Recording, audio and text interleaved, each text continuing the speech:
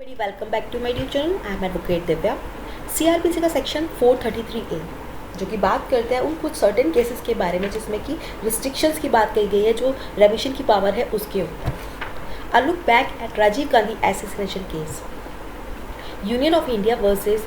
Sriharan Murugan and others के अंदर section 433A को क्लियरली डिस्क्राइब किया गया है। Union of India versus Sriharan Murugan and others act Criminal Procedure Code 1973 Section 433A. Subject remission grant of restriction on powers of special category. Special category मतलब जहाँ पर कि डेथ पेनल्टी को चेंज करके किसमें लाइफ इम्प्रिजनमेंट पे चेंज किया गया है, एंड जो कन्विक्ट है जिसे डेथ पेनल्टी मिली थी उसको लाइफ इम्प्रिजनमेंट दिया गया है। तो ये जो कैटेगरी है उसको स्पेशल कैटेगरी में रखा जा सकता है एप्लीकेशन ऑफ रेमिशन से हटाकर। 21 मई 1991 राजीव गांधी जो कि former prime minister of India थे was assassinated by a human bomb at Sriperumbudur in Tamil Nadu. उनके साथ में 15 persons including 9 policemen dead and 43 person suffered injuries. Case के अंदर जो 7 कन्विक्ट्स थे उनको पनिशमेंट मिला। एक लेटर जो कि इशू किया गया था by the chief secretary of government of Tamil Nadu to the secretary government of India, petitioner ने इसको चैलेंज किया 19 फरवरी 2014 को, जिसमें कि स्टेट गवर्नमेंट ने प्रपोज किया था sentence of life imprisonment and to release the respondent number 1 to 7 remission के लिए in the writ petition who were convicted in the Rajiv Gandhi assassination case. Rajiv Gandhi assassination case के अंदर जो कन्विक्ट थे नंबर 1 से लेकर 7 तक, उनके लाइफ इम्प्रिजनमेंट के रेमिशन के लिए तमिलनाडु स्टेट गवर्नमेंट जो थी तमिलनाडु की, उन्होंने प्रपोज किया, ठीक है, जिसमें कि अगर नंबर 1 से लेकर 3 रेस्पोंडेंट की बात की जाए तो उनको डेथ सेंटेंस की जो पनिशमेंट थी वो दी गई थी। इमीडिएटली एक इम्प्यून्ड लेटर सेंड किया गया by the state of Tamil Nadu. State of Tamil Nadu की ओर से एक इम्प्यून्ड लेटर सेंड किया गया which gave rise for the filing of the present writ petition. अब बात की गई कि अगर सेक्शन 53 कि whether imprisonment for life interim of the section 53 की सेक्शन 45 आईपीसी को अगर एक साथ रीड किया जाए तो life imprisonment of for rest of the life of prisoner और convict undergoing life imprisonment के पास में ये राइट है कि वो क्लेम कर सकता है रेमिशन के लिए। बट प्रिंसिपल ये कहता है कि स्पेशल कैटेगरी में ही ऐसा किया जा सकता है जो कि कुछ सर्टेन केसेस के लिए ही अवेलेबल है, जहाँ पर डेथ पेनल्टी को कन्वर्ट किया जा सकता है लाइफ इम्प्रिजनमेंट के अंदर। ओके, इस केस में क्वेश्चन ये भी राइज हुआ कि प्रेसिडेंट द्वारा आर्टिकल 72 जो कि बात करता है power of president to grant pardons के बारे में, एंड गवर्नर के द्वारा आर्टिकल 161 जो कि बात करता है power of governor to grant pardons के बारे में। तो इन पावर्स के जो अंडर यूज़ करने के बाद में पैरेलल पावर का यूज़ करने के बाद में एप्रोप्रिएट गवर्नमेंट जो है कोड के सेक्शन 432 एंड 433 इसकी जो छूट है उस पावर को उसको यूज़ करने के लिए क्या वो गवर्नमेंट जो है एप्रोप्रिएट गवर्नमेंट है वो परमिटेड है, जैसे कि आर्टिकल 32 के इस मैटर में है। इसमें मेन क्वेश्चन अराइज हुआ एप्रोप्रिएट गवर्नमेंट के बारे में। Appropriate government for exercising power of who is the appropriate government, whether the centre और द स्टेट,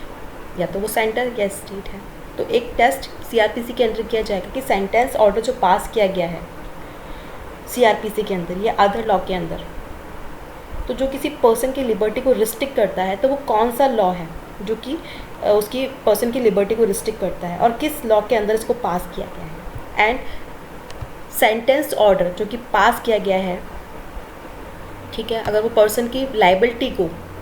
रिस्ट्रिक्ट करता है या पर्सन को रिस्ट्रिक्ट करता है तो ये वेरीफाइड करना होगा कि किस प्रोविज़न के अंदर सीआरपीसी किस प्रोविज़न के अंदर या अदर लॉ के अंदर उसको पास किया गया है, ठीक है। इन सब के असेसमेंट के बाद में अगेन वेरीफाइड किया जाता है कि सीआरपीसी किस प्रोविज़न में या किसी अदर लॉ के अंडर किस प्रोविज़न में इसको पास किया गया था। और इन सारे क्वेश्चंस को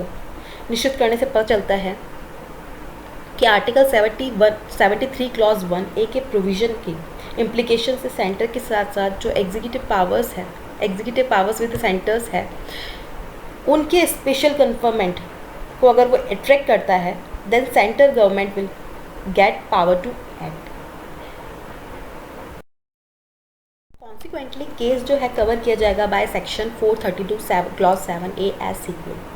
सेंट्रल गवर्नमेंट CRPC सेक्शन 432-33 के अंदर ऑर्डर पास करने के लिए क्या होगी, एप्रोप्रिएट गवर्नमेंट होगी, whether under any of the provision of CRPC or under any special enactment enacted by the central government by virtue of its enabling power to bring forth such enactment, even though the state government is also empowered to make any law on that subject having regard to provision to Article 73 Clause 1A। इसलिए चाहे CRPC किसी provision के under या central government enacted किसी भी special enactment के अंदर इस तरीके से एनेक्टमेंट लाने के लिए अपने एनेबलिंग पावर के बेसिस पर भले ही सेंट्रल गवर्नमेंट को इस सब्जेक्ट पर कोई लॉ बनाने का राइट्स है, लेकिन प्रोविजन के रिलेटेड आर्टिकल 73 क्लॉज 1A के लिए। तो यदि कन्विक्शन CRPC कोड या सेंट्रल की किसी स्पेशल एनेक्टमेंट के अंडर इस तरीके प्रोविजन के अंदर अगेंस्ट किसी भी ऑफेंस के लिए यदि एग्जीक्यूटिव पावर्स जो है वो सेंट्रल गवर्नमेंट के साथ में एनेक्टमेंट में है, तो एप्रोप्रिएट जो गवर्नमेंट होगी वो कौन होगी, central government. Appropriate government would be central government. Section 432 clause 7B के अंदर क्लॉज 7A के अंदर आने वाले सारे मैटर्स को छोड़कर अदर सभी मैटर्स के जहाँ पर ऑफेंडर्स के लिए सेंटेंस ऑर्डर दिया जाता है या सेंटेंस ऑर्डर रिलेटेड स्टेट की टेरिटोरियल जुरिस्डिक्शन के पास टेरिटोरियल जुरिस्डिक्शन में पास किया जाता है, तो एप्रोप्रिएटिंग गवर्नमेंट वहाँ पे क्या होगी, एप्रोप्रिएट गवर्नमेंट वहाँ पे कौन होगी, स्टेट गवर्नमेंट। ऑलराइट, लास्ट में इन सभी प्रिस्क्रिप्शंस को माइंड में रखते हुए 437 क्लॉज 7 एंड सेक्शन 55A जो कि बात करता है एप्रोप्रिएट गवर्नमेंट की डेफिनेशन के बारे में, फाइंड करना होगा कि क्या ऐसे मैटर्स के फैक्ट और सर्कमस्टेंसेज में चाहे कॉन्स्टिट्यूशन के आर्टिकल 73 क्लॉज 1A के प्रोविजन और इस तरीके के सेंटर की जो एग्जीक्यूटिव पावर्स कन्फर्ड की जाती है, प्रदान की जाती हैं एंड गेट्स अट्रैक्टेड, तो फिर अदर सभी मैटर्स में जो एप्रोप्रिएट गवर्नमेंट होगी वो क्या होगी, सेंट्रल गवर्नमेंट होगी। एंड यदि रिलेटेड स्टेट के टेरिटोरियल जुरिस्डिक्शन के अंडर जो कोर्ट है उनके द्वारा सेंटेंस ऑर्डर पास किया जाता है, तो उस सिचुएशन में क्या होगा, CRPC के सेक्शन 432-433 के अंडर दी गई है जो भी पावर्स ऑफ रेमिशन, सस्पेंशन के साथ साथ कम्यूटेशन की अपनी पावर का यूज़ करने के लिए जो एप्रोप्रिएट गवर्नमेंट होगी वो कौन सी होगी, स्टेट गवर्नमेंट होगी। ऑलराइट, आफ्टर दैट ये पता लगाने के बाद में कि एप्रोप्रिएट गवर्नमेंट जो है, जो अकॉर्डिंग टू प्रिस्क्रिप्शन दिए हुए हैं उनको माइंड में रखते हुए कि कौन होगी एप्रोप्रिएट गवर्नमेंट, देखते हैं कि appropriate government can grant remission. Appropriate government जो है वो रेमिशन दे सकती है even after parallel power is exercised by president and governor of state respectively. ये माना जाना चाहिए कि एप्रोप्रिएट गवर्नमेंट के लिए CRPC के सेक्शन 432 एंड 433 के अंदर कंसीडर करने और रेमिशन देने का स्कोप है, भले ही ऐसा विचार already president article 72 and governor द्वारा आर्टिकल 161 के अंदर दिया हुआ है। और जहाँ तक सुप्रीम कोर्ट द्वारा कॉन्स्टिट्यूशन के आर्टिकल 32 के इम्प्लीकेशन का रिलेट है, तो माना जाना चाहिए section 432 and section 433 of CRPC के अंदर जो पावर का यूज़ एप्रोप्रिएट गवर्नमेंट द्वारा किया जाएगा वो स्टैट्यूटरीली किया जाएगा, और ये पावर का यूज़ करने के लिए जो अपेक्स कोर्ट है वो नहीं है, और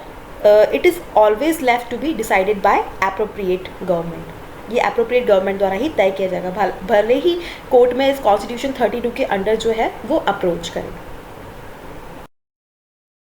नेक्स्ट एक और क्वेश्चन अराइज हुआ, whether the power under section 431 can be exercise suo motu, if yes whether the procedure prescribe under section 432 clause 2 is mandatory और नॉट। कि जो पावर गिवन है वो सेक्शन 432(1) CRPC के अंदर कैन बी एक्साइज सुआ मोटो, और अगर हाँ तो जो प्रोसीजर प्रिस्क्राइब किया हुआ है अंडर सेक्शन 432 क्लॉज 2 इन CRPC मैंडेटरी है या नहीं है। तो इसके लिए सुप्रीम कोर्ट ने 3 जजेस की बेंच को ये मामला सौंप दिया एंड बात हुई कि supreme court article 72, article 161 and article 32 के अंदर जो गिवन पावर्स हैं उनका यूज़ करते हुए जो डेथ पेनल्टी दी हुई है उसको कम्यूटेशन करते हुए लाइफ इम्प्रिजनमेंट पे चेंज कर सकते हैं। ऐसी कंडीशन में एप्रोप्रिएट गवर्नमेंट 432 की जो पावर्स हैं CRPC के अंदर उसका यूज़ करते हुए कन्विक्ट की जो पनिशमेंट है उसको वापस से रेमिशन कर सकती है। इस क्वेश्चन के लिए जो कॉन्स्टिट्यूशनल पीठ को जो कॉन्स्टिट्यूशनल बेंच है उनको सौंपा गया था मामला, उसके अंदर ये डिसीजन आया कि जो सेक्शन 432 के अंदर एप्रोप्रिएट गवर्नमेंट है उनके डिसीजन का पुनरीक्षण करने के लिए जो पावर्स हैं वो नहीं है उनके पास में। ये जो सेक्शन है वो केवल गवर्नमेंट की सज़ा को कम करने के लिए पावर रखती है। Alright, next, whether the expression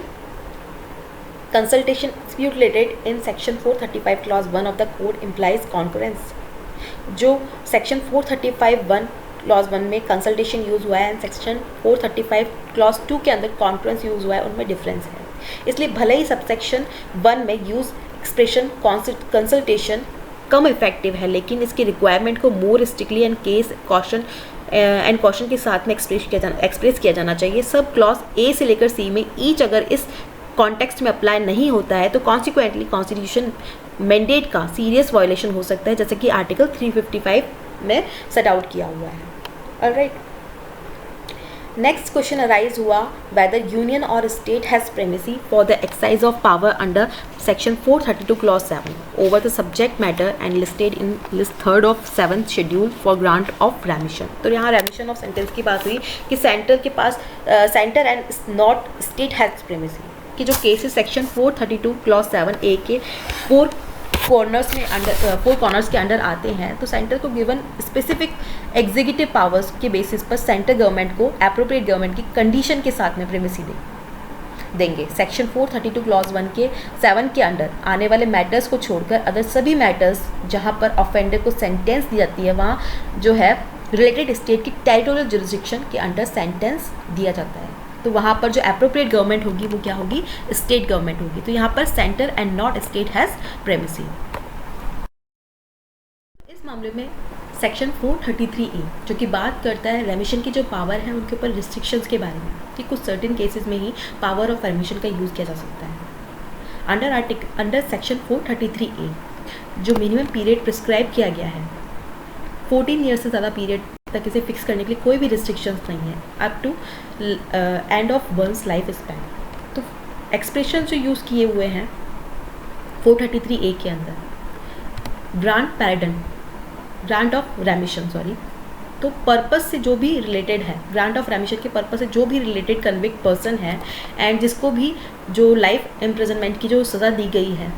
ये डिटरमाइन करता है कि पर्सन तब तक रिलीज़ नहीं किया जाएगा जब तक कि वो 14 ईयर्स की एटलीस्ट 14 ईयर्स की इम्प्रिजनमेंट की जो सज़ा है वो कंप्लीट नहीं कर लेता है। बेसिकली क्या कहा गया है कि जो CRPC do not and can not apply the exercise of constitutional power either under article 72 और आर्टिकल 161। तो यहाँ एक स्पेशल कैटेगरी है कि अगर कुछ फ्यू केसेस की बात की गई है, स्पेशल कैटेगरी बात की गई है जहाँ पर कि डेथ पेनल्टी को किससे सब्स्टिट्यूट किया जाएगा, पनिशमेंट ऑफ इम्प्रिजनमेंट के साथ। ठीक है, जो कि उसको 14 ईयर्स की जो उसकी सज़ा का प्रावधान है, 14 ईयर्स की जो इम्प्रिजनमेंट की जो सज़ा है उसको एटलीस्ट उसको वो कंप्लीट करना पड़ेगा। Alright, thanks for watching everyone. Please like, share and subscribe my channel.